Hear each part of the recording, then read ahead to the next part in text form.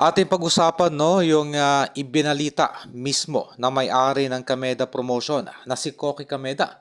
Posible raw makancel ang laban ng ating kababayang si Casimero kontra dito sa Mexican assassin na si Luis Neri. Well, ang dahilan na sinasabi nitong si Kameda ay mistulang may kinalaman sa financial problem. Kumbaga, meron po kasing mga co-promoter etong si Kameda na kung saan ayon sa nasabing balita ay kulang daw ang nasabing pondo. Pamanang isa po sa pinakadahilan kung bakit posibleng makansela ang nasabing laban.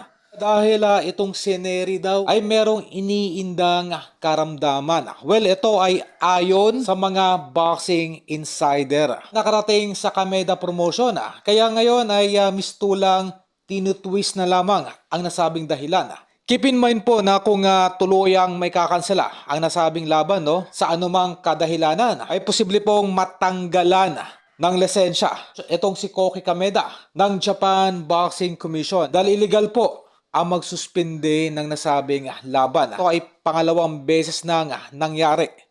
Una po ay doon sa Kyrgyzstan na kung saan ay meron namang justification. At dito na kung saan sa Japan ay ina-attempt na naman na makansela ang naturang laban ay ito ay wala na pong kapatawaran. Kumbaga ay prone po sa blacklisting ng Japan Boxing Commission, itong si Koki Kameda. Well, ganoon pa man kung susumahin ay 50-50 pa rin ang chances. At posible pa rin matuloy ang laban ng ating kababayang si Casimero ngayong June 6 kontra sa Mexican assassin Luis Neri. 当てた後にこう勝負どころでいきますからね。ですよね。こ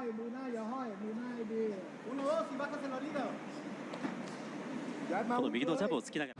山を右のジャブをつけながら、なんで